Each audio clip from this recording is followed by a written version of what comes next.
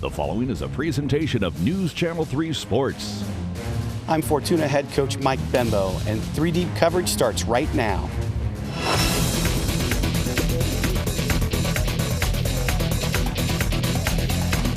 Three Deep coverage on News Channel 3 is brought to you by McRae Nissan Subaru, your local Les Schwab Tire Centers, Don's Rental, Sequoia Gas Company, Eel River Hydroponics, Coast Central Credit Union, and American Ag Credit.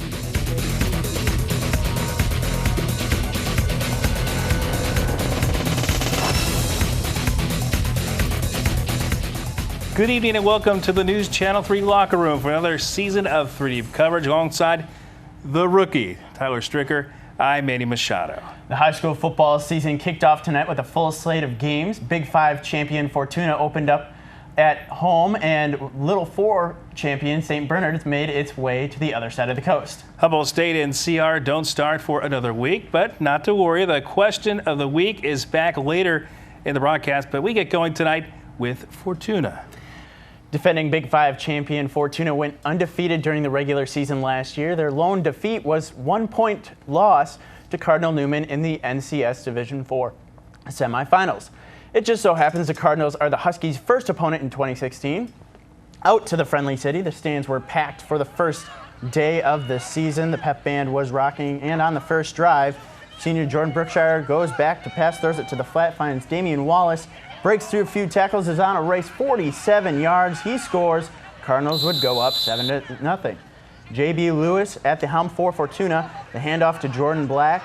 Almost gets out of bounds, but he fumbles the ball. Possession goes back to Cardinal Newman, and they would score on the very next play. The Cardinals already leading 14-0. Brookshire would loft it up into the unguarded hands of Mike Daly. That extends the lead to 21-0 in the first. Lewis trying to get something going on offense, throws it downfield, finds Scott Cedarberg. He gets to the 1-yard line. Can the Huskies score on their next drive? The answer is yes. Next play, J.B. Lewis takes it in himself. The Huskies get on the board, but they miss the extra point. It's 21-6 Cardinals.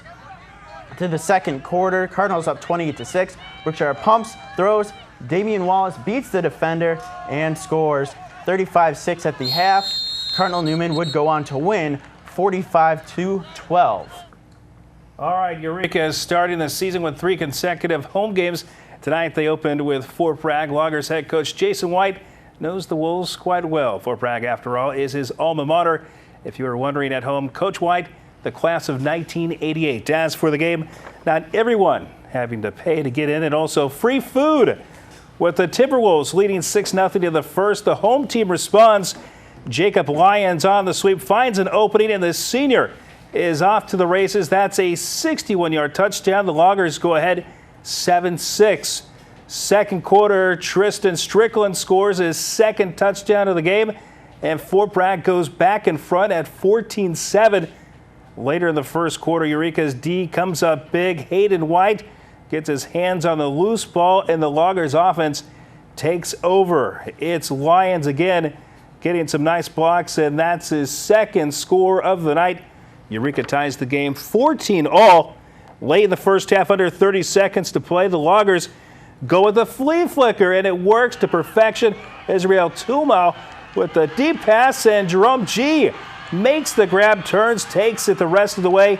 Eureka with a 21-14 lead, and the Loggers victorious in their home opener tonight, 41-26 the final. Eureka off to a great start. They are home again next week. Let's now send it over to Mackenzie Payne. Thanks, Manny. Arcata and Hoopa were 2 HDN football teams that struggled last year. They finished with a combined 3-6 record. But that's the great thing about a new season, forgetting about the past and moving forward to play for a league title and beyond. The 2 Division 5 squads meeting in the Valley at Pritchard Field, and it was a beautiful night out there in Hoopa. First quarter, no score. Arcata's Cedric Roberts drops back to pass. Can't find anyone open, so he takes it himself, and look at those moves. A big gain for the Tigers early on. But a couple of plays and penalties later, Arcata on 3rd and long. Roberts' pass is intercepted by Tanner Wiltsey. Wiltsey with a lot of green grass in front of him, and the Warriors are in great field position.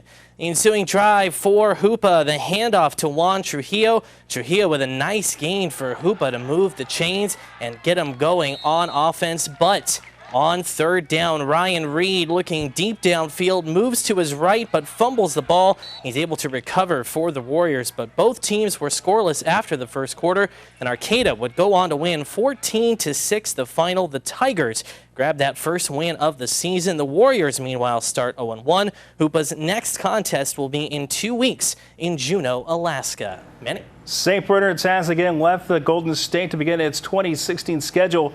The state champions traveling some 3,200 miles to Melbourne, Florida. Crusaders going up against Holy Trinity Episcopal. The Tigers coming off an 8-4 campaign. St. Bernard's, well, they do what they know best. Score a lot of points, but not enough tonight as they lose 31-28. Jack Rice accounted for 4 touchdowns. Micah Fontenelle Quarterly with 3 TD catches. Crusaders again on the road at Casa Grande. Meanwhile, under first-year head coach Gilkey Burbank, McKinleyville falls 37-7 at Ukiah. Taylor Blinn had the lone touchdown for the Panthers. One other out-of-town score to report tonight. Del Norte a winner, 28-6 at Central Valley. The Warriors come home next week in Crescent City to take on Wairika. Along with the Humboldt County Fair, there's also high school football this weekend in the Cream City. Ferndale kicks off its season tomorrow hosting El Dorado, and like the Wildcats, the Cougars are also known for their success by reaching the playoffs year after year. Ferndale is down in numbers and starts this season with a roster of 14 players, but they do have a strong core of returners. And to be successful in the opener, head coach Kim Jorgensen says he'll need a strong performance from his defense. We have to play a really good defense. We got to be able to stop, at least contain their offense. Their offense is pretty good, and that's kind of going to be a key. And we need to, offensively, we need to move the ball, get first downs. It's very important, you know, start off with a good game, get the momentum going, you know, start building up, and just play hard football. Get that first win in, and you get the feel for the win, then you keep going. And kickoff tomorrow, 2 o'clock from Ferndale. There's still more to come on this first edition of 3 Deep Coverage. The experts are back for the question of the week. Tonight we select the Big 5 football champion. Stay with us. 3 Deep Coverage continues right after this. Hi, I'm Gary Whitmer with the Eureka Police Department. When I'm not pulling over traffic violators, I'm watching News Channel 3 Sports.